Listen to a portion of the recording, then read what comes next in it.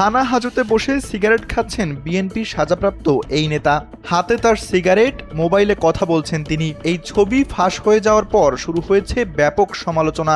দণ্ডপ্রাপ্ত একজন আসামি কিভাবে থানায় বসে সিগারেট খান এবং তার কাছে ফোন থাকে কিভাবে তা নিয়ে প্রশ্ন উঠছে। জানা গেছে বিএনপির ওই নেতার নাম লিটন হাওলাদার।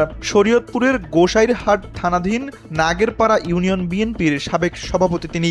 একটি মামলায় তার 1 বছর 2 মাসের দণ্ড হয়।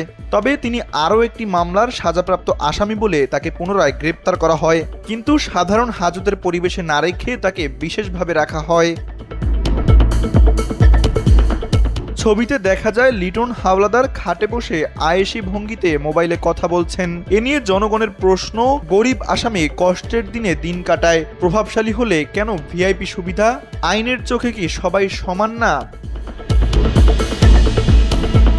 এ বিষয়ে জানতে চাইলে গোসাইরহাট থানার ওসি মাকসুদ আলম জানান, লিটন হাওলাদার অন্য মামলায় জামিনে থাকলেও সাজাপ্রাপ্ত হওয়ায় তাকে গ্রেপ্তার করা হয়। অসুস্থ দাবি করলে তাকে হাজতে রাখার পরামর্শ দেওয়া হয়। তবে বিছানা ও মোবাইলে কথা বলার সুযোগ কে বা কারা দিয়েছে তা তিনি জানেন না।